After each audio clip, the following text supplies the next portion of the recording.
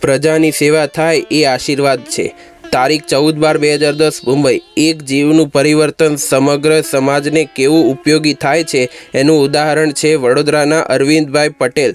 તેઓ સત્સંગના યોગમાં ન હતા ત્યારે તો આખું જીવન વ્યસન અને અનેક પ્રકારની બદીઓમાં વીતતું। પરિણામે સાંજ પડે સરવાળો શૂન્ય થઈને ઊભો રહેતો અને લટકામાં કજિયા કંકાસ રહેતા। એ વાત તો જુદી જ। એ જ અરવિંદભાઈને સત્સંગ થયો અને એવા સંસ્કાર પડ્યા કે ત્યાર પછી તો સેકન્ડો યુવાનોને તેઓને દારૂની ચુંગલમાંથી અને વ્યસનની ચુંગલમાંથી મુક્ત કર્યા। ત્યાર પછી તો ધીમે ધીમે રાજકારણમાં પણ પ્રગતિ કરી। વડોદરા શહેરના ડેપ્યુટી મેયરના હોદ્દા ઉપર તેઓની વરણી થઈ। આજે તેઓનો ફોન આવ્યો। સ્વામીશ્રી તેઓને આશીર્વાદ આપતા કહે, તમને વડોદરા શહેરની સેવા મળી છે તો તમારા દ્વારા સારી સેવા થાય એ આશીર્વાદ છે।